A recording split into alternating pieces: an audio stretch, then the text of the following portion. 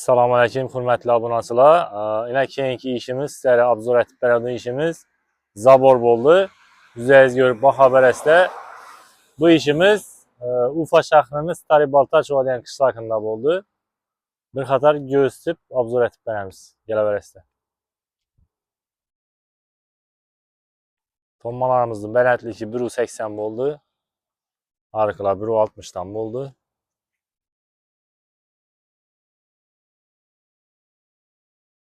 Dastani 3 qator ördük bunu. 30 santim.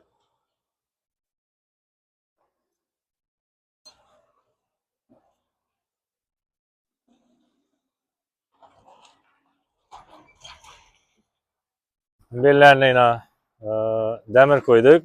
İşte bu varit etip bir yandan rafına silinedi.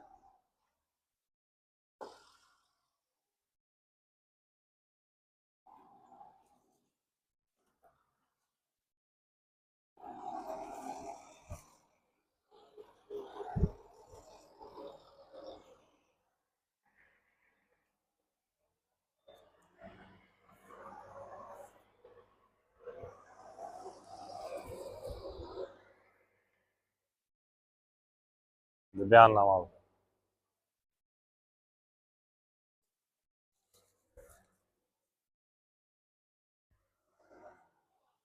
Yine dostlar gördüğünüzde opşi 14 tane tomma düştü bir de.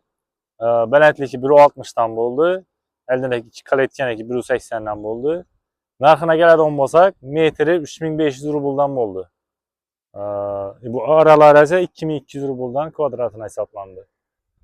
Kızıkkan savallarınızı komentariyada bizətin yazınlar. Əlbəttə kanala podpis etinlər, like basınlar. Əməyə kətdə rəhmət. Keyinki obzorlarda görüşüncə. Sizlər bilən Həmzə Buro oldu.